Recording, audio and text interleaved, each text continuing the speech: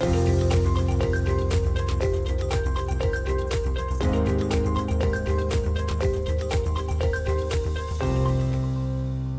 and welcome to the Rupee Rakshak news of 8th September 2023. I am your host Raghu Rao. This is our 4th episode from the Rupee Rakshak newsroom. I hope you are doing very well. This week, we are going to bring you important news from the markets and essential information that you need to manage your money. Rupee Rakshak news is coming to you from the newsroom of FinMo, a SEBI-registered investment advisor. The coming week is going to be a very exciting week in the Indian markets and beyond.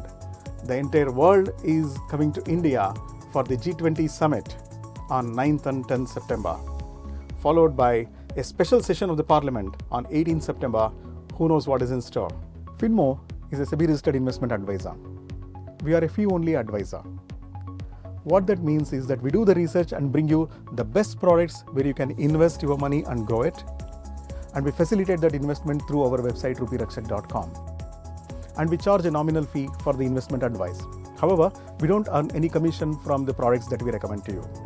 Not only that, we don't deal in cash, we don't do trading, and we don't ask you to transfer your money to the personal accounts. Your money that you invest stays in your bank accounts or in your investment accounts, and the investments that you make in the products such as mutual funds, bonds, and stocks happens in your own demat account. So you are in full control of your investments all the time. Let us see what the world is doing to the money that you are investing. Let us look at the global market updates for this week. Please welcome Mr. Tyagarajan, who joins us from Chennai. Mr. Tyagarajan, what are your views on the global market updates this week, sir? Last week we had two themes. One was on US inflation and another was on US unemployment. While the key data points around the US jobs presented almost the same message that there are early signs of softening. While 1 month obviously doesn't make a trend, the data recently have consistently pointed out a labor market that may be coming to earth after an extended period of elevated gains. The inflation report, that is PCE, was also almost in line with what market expected. So what is the sentiment right now? Sentiment seems sunnier with the growth faring unexpectedly very well. Following a string of stronger than expected reports on everything from consumer spending to residential investments, markets have been boosting their forecast for GDP. One widely followed unofficial estimate produced by Atlanta Fed even has it expanding at 5.6% on an annualized basis in the third quarter. The focus is currently on bond yields as well as oil-led inflation. Just to give you context, bond yields have climbed throughout the summer. In fact, 80 basis point rise in the 10-year Treasury yield since the April 6 low has pushed its performance into negative territory for the second year in a row during the summer. The summer is defined as a period from Memorial Day to Labor Day. This is the first time on record we have seen back-to-back declines during this period. Consensus sentiment on interest rates has also tilted in favor of a higher for longer narrative, with some suggesting that the 10-year Treasury yield can go as high as 5% and stay there for long enough.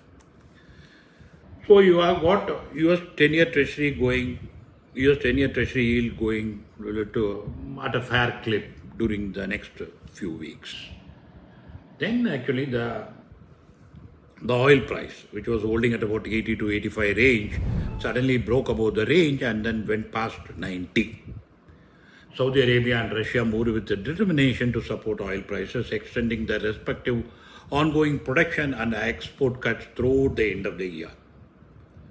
In an initial response to Tuesday's news, oil prices jumped and hit the highest level so far this year. Possibly it is holding 90 very well right now. Both Russia and Saudi need higher oil prices to generate more budget revenues, but their support for the stability and balance of oil markets could unravel. Part of the efforts of the Fed and other central banks have put in the past year and a half to curb inflation.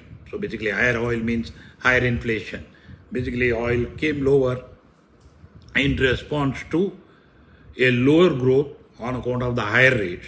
Now actually as the oil goes higher, there are apprehensions around that the inflation also could go higher.